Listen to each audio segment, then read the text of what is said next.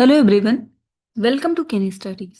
आज है 16 जनवरी और आज के करंट अफेयर सेशन में हम जिन टॉपिक्स को कवर करेंगे वो टॉपिक्स हैं United Nations Department of Economic and Social Affairs. इसके साथ ही हम देखेंगे V to V communication technology के बारे में। इसको vehicle to vehicle communication technology के नाम से भी जाना जाता है। देन हम देखेंगे इलेक्ट्रॉनिक्स कंपोनेंट्स मैन्युफैक्चरिंग स्कीम के बारे में। हाल ही में चर्चा में रहा रातापानी टाइगर रिजर्व के बारे में देखेंगे। इसके साथ ही क्रिएटर्स कॉर्नर प्लेटफॉर्म जो कि हाल ही में लॉन्च किया गया है, इसके बारे में देखेंगे। सेंट्रल ग्राउंड वाटर बोर्ड ये चर्चा में रहा है, इसके बारे में हम देखेंगे। और लास्ट में हम देखेंगे एम स्ट्रिप्स के बारे में जो कि एक मोबाइल एप्लीकेशन है। शुरू करते हैं आज का first question. Consider the following statements regarding the United Nations Department of Economic and Social Affairs.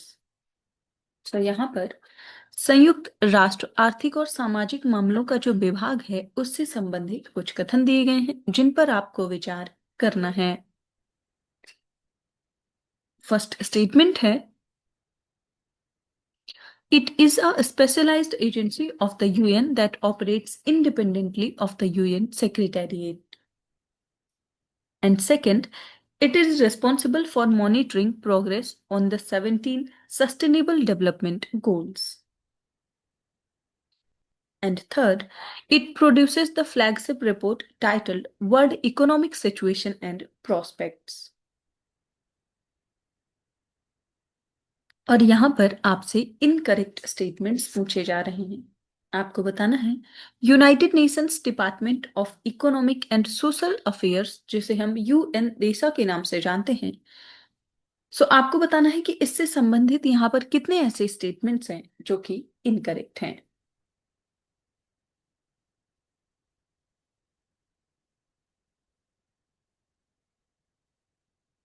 और इस क्वेश्चन में आपका करेक्ट ऑप्शन हो जाएगा option A.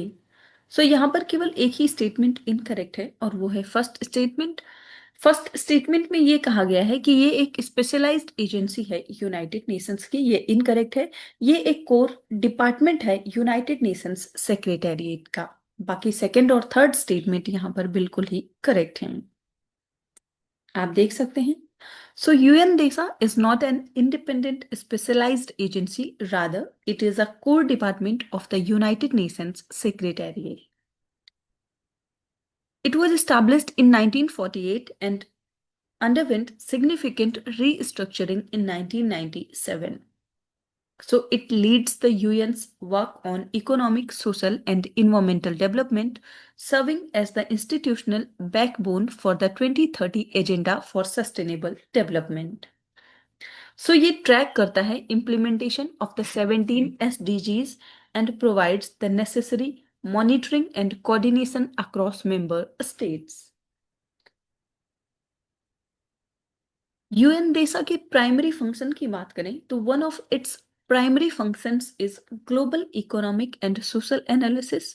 So it produces the World Economic Situation and Prospectus report, which provides critical GDP growth projections and economic forecasts that influence global entities like the IMF, World Bank, and G20.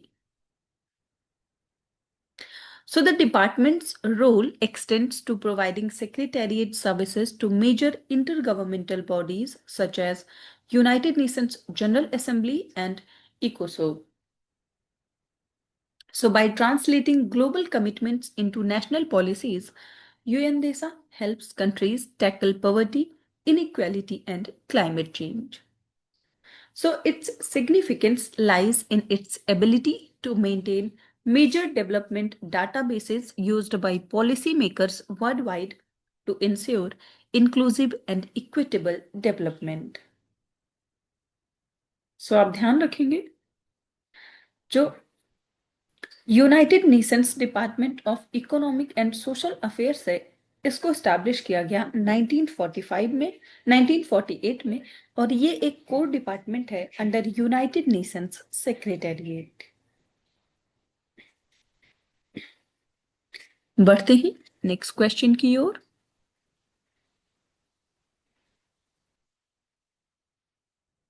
consider the following statements regarding vehicle-to-vehicle communication technology. सो यहाँ पर वाहन से वाहन जो संचार प्रौद्योगिकी है उससे संबंधित कुछ कथन दिए गए हैं जिन पर आपको विचार करना है। फर्स्ट स्टेटमेंट है, it relies exclusively on high-speed 5G mobile networks to exchange data between vehicles. Second, the technology is primarily designed to facilitate fully autonomous vehicle control without driver intervention. And third, it uses a dedicated radio frequency band which requires an active satellite internet connection. और यहाँ पर आपसे correct statements पूछे जा रहे हैं।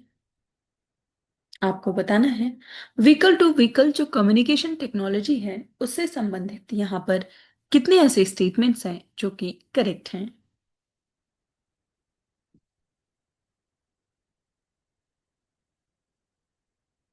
और इस क्वेश्चन में आपका करेक्ट ऑप्शन हो जाएगा ऑप्शन डी। सो यहाँ पर ये सारे ही स्टेटमेंट्स इनकरेक्ट हैं।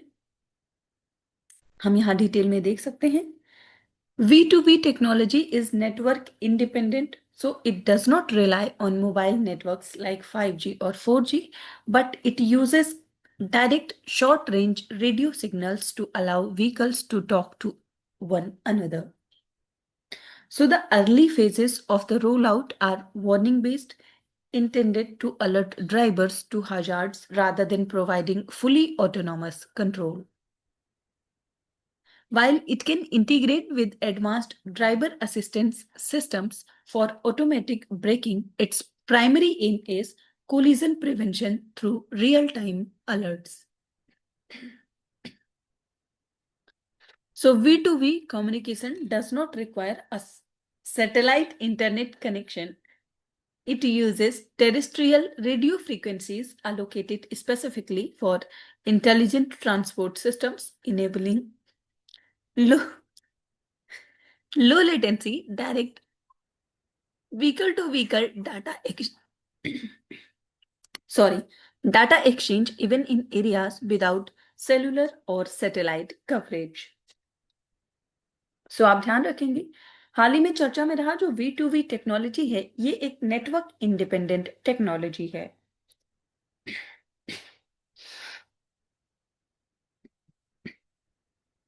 बढ़ते हैं नेक्स्ट क्वेश्चन की ओर।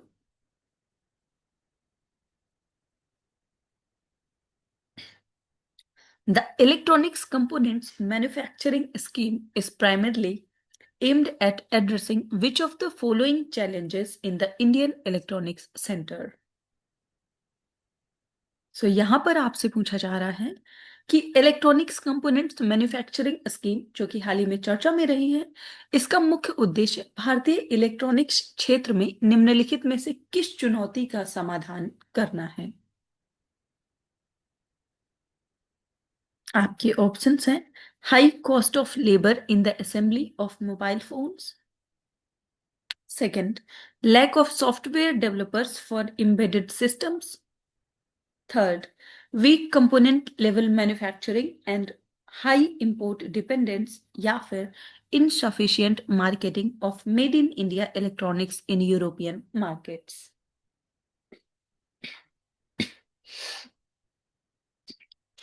आपको बताना है हाल ही में चर्चा में रही जो इलेक्ट्रॉनिक्स कंपोनेंट्स मैन्युफैक्चरिंग स्कीम है इसका प्राथमिक उद्देश्य किस चीज का समाधान करना है।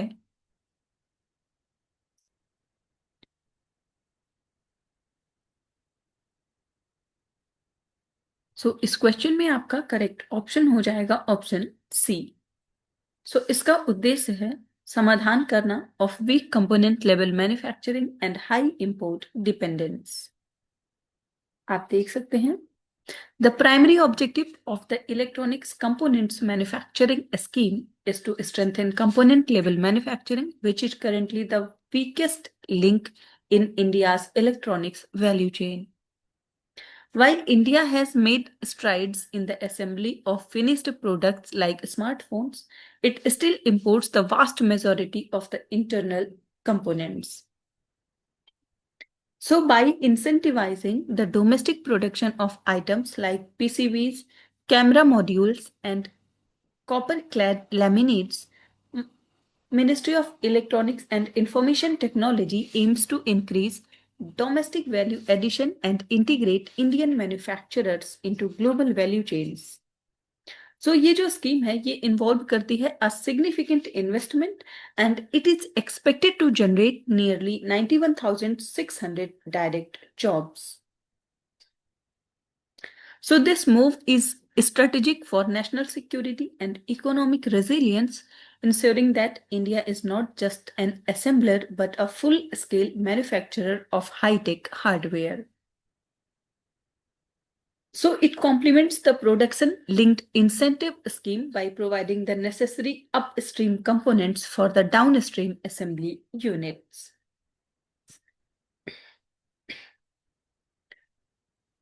बढ़ते हैं नेक्स्ट क्वेश्चन की ओर।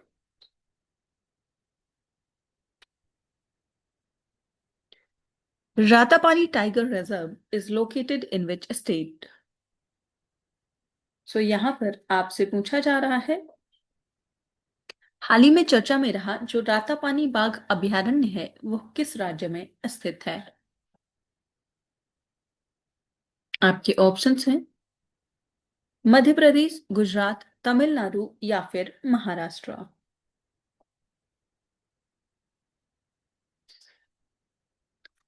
और इस क्वेश्चन में आपका करेक्ट ऑप्शन हो जाएगा ऑप्शन ए। सो ये टाइगर रिजर्व स्थित है मध्य प्रदेश में। आप देख सकते हैं Madhya Pradesh Chief Minister announced that Ratapani Tiger Reserve will be named after archaeologist and Padma Shri awardee Dr. Vishnu Sridhar Wakankar.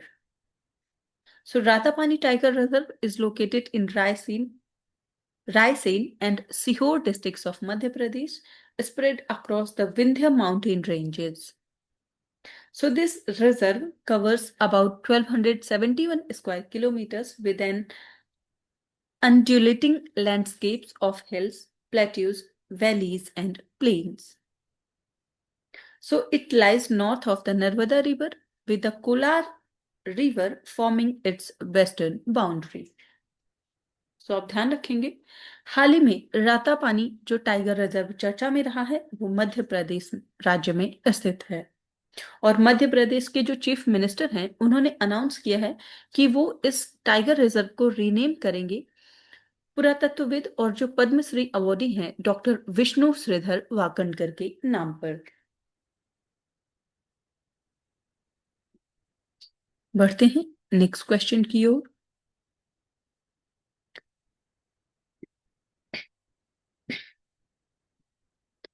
Which institution launched Creators Corner platform to empower digital creators across India?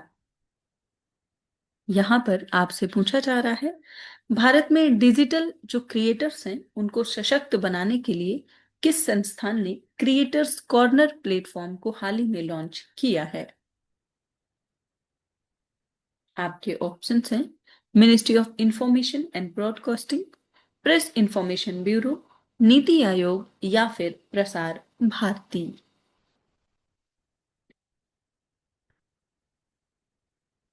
आपको बताना है हाल ही में चर्चा में रहा जो creators corner platform है उसको किस संस्था ने लॉन्च किया है?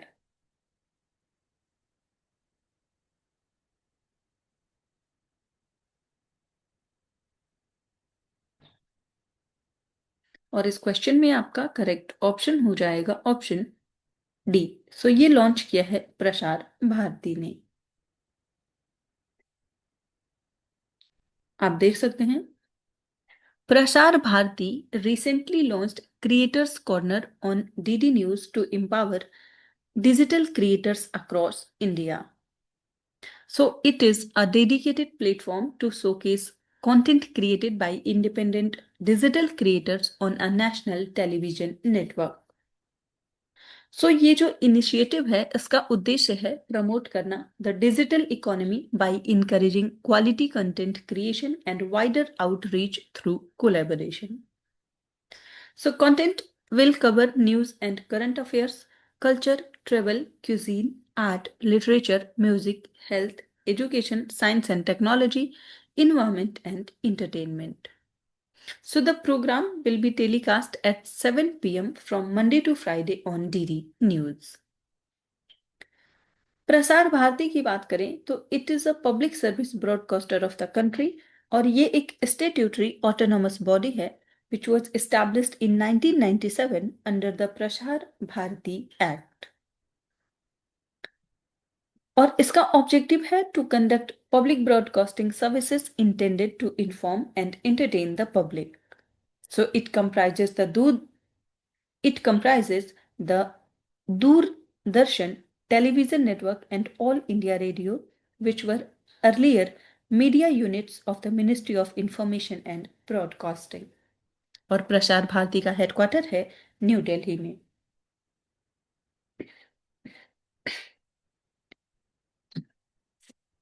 बढ़ते हैं नेक्स्ट क्वेश्चन की ओर. Consider the following with reference to Central Groundwater Board. सो जो केंद्रीय भूजल बोर्ड है उससे संबंधित कुछ कथन दिए गए हैं जिन पर आपको विचार करना है. फर्स्ट स्टेटमेंट है the CGWB functions under the Ministry of Jal Shakti.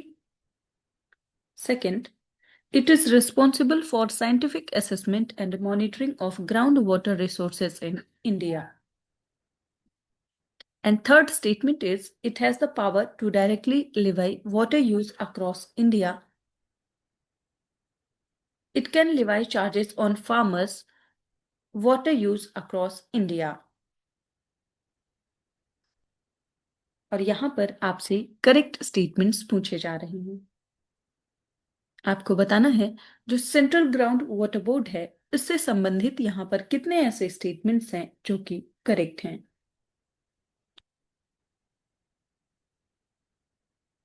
इस क्वेश्चन में आपका करेक्ट ऑप्शन हो जाएगा ऑप्शन बी. सो यहां पर फर्स्ट और सेकंड स्टेटमेंट आपका करेक्ट है जबकि सेकंड इनकरेक्ट है. सो फार्मर्स से डायरेक्टली चार्ज नहीं करता है CGWB जो वो ग्राउंड वाटर यूज करते हैं उस पर. आप यहां डिटेल में देख सकते हैं. So the Central Groundwater Board operates under the Department of Water Resources, and this department is the part of the Ministry of Jal Shakti. So the ministry oversees water resources management, including groundwater. So the Central Groundwater Board conducts groundwater assessments and nationwide surveys. It monitors groundwater levels, quality, and trends, and also publishes periodic reports like national aquifer mapping and provides technical inputs to states and center. So it is a scientific and advisory body, not a revenue authority. It does not have statutory powers to levy charges, and regulation and pricing of water largely fall under state jurisdiction. So farmers are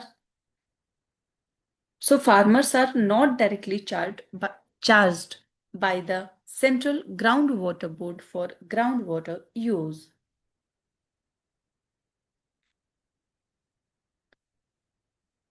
इसके साथ ही central ground water board की बात करें तो उसको establish किया गया था 1970 में by renaming the exploratory tube wells organisation under the ministry of agriculture.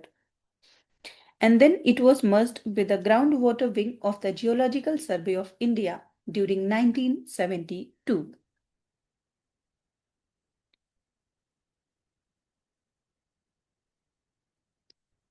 आप ध्यान रखेंगे जो सेंट्रल ग्राउंड वाटर बोर्ड है इसका हेडक्वार्टर स्थित है फरीदाबाद हरियाणा में.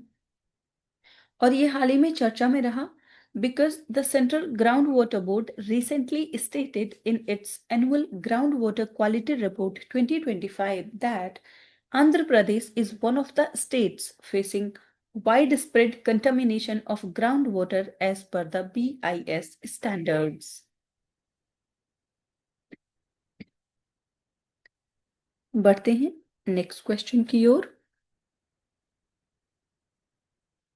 Which mobile application will forest staff use for the tiger census during the All India Tiger Estimation Survey 2026 at Annamalai Tiger Reserve? यहाँ पर आपसे पूछा जा रहा है, जो अन्नामलाई टाइगर रिजर्व है उसमें अखिल भारतीय बाघ अनुमान सर्वेक्षण 2026 के दौरान बाघों की जनगणना के लिए जो वन कर्मचारी हैं वो किस मोबाइल एप्लीकेशन का उपयोग करेंगे? आपके ऑप्शंस हैं M stripes, tiger watch app, e forest tracker या फिर wild life census portal.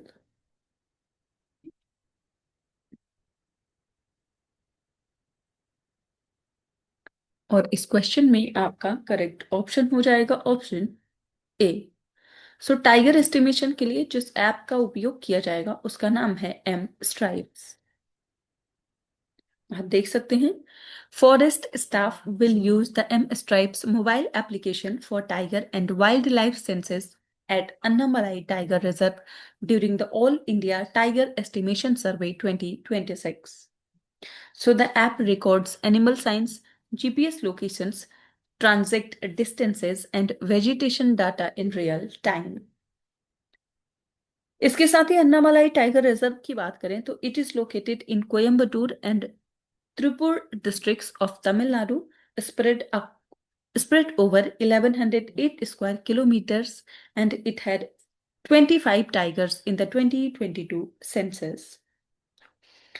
M Stripes जो है इसका फुल फॉर्म होता है monitoring system for tigers in intensive protection and ecological status, and it is used for real-time tracking of tiger signs and habitats. आज के current affair session में इतना ही। Thank you for watching. Do like, share and subscribe.